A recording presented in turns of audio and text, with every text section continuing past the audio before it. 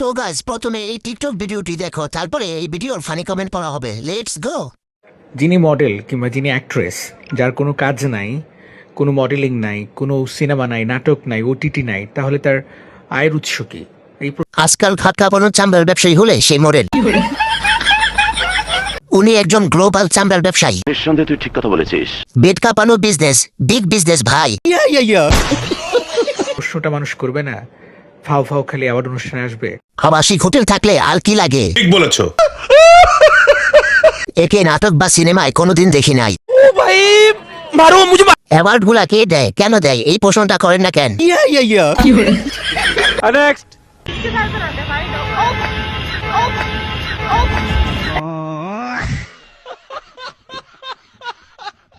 হালাত গড়ে হালা, তুই ভালো হলি না। আগে শুনতাম কুত্তায় মুখ দিছে, আজকে দেখলাম। ঠিক বলেছো। না না না, ওই জিনিস আর খাওয়া যাবে না, কুত্তায় মুখ দিছে। বাড়িতে কুত্তা দিয়ে করায়, এখন মুখ দিবে না, কি করবে?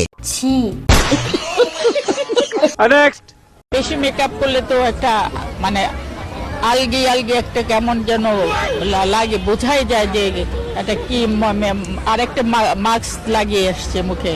তো ওরকম না, আমার রং তো মোটামুটি খারাপ না, ফর্সাই, আর কালো যদি বলো তাও বলতে পারো। তো হালকা মেকআপেই যথেষ্ট। একটু পপ করে, একটু ক্রিম লাগিয়ে, একটু পপ করে কাজল চোখ লিপস্টিক লাগালেই হয়ে যায়। আমার অত ডিপ মেকআপ দেওয়ার প্রয়োজন মনে করি না। আপনার কম মেকআপ আর ফর্সা রং দেখার পর আমি চোখে আর কিছু দেখতে পাচ্ছি না।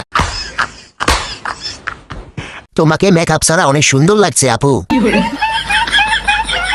সঠিক টাকা দিয়ে ফোন কিনছিলাম, তবুও কেন এরকম ভিডিও সামনে আসে? আমি কি কোনো পাপ করছি?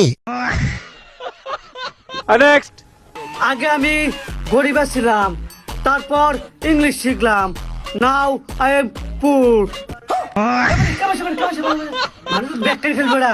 খুলে গেছে কাম সারছে বেড়া, আগে সোজা হয়ে দাঁড়াতে শিখ। দিলে ভাই কামটা করলো কি?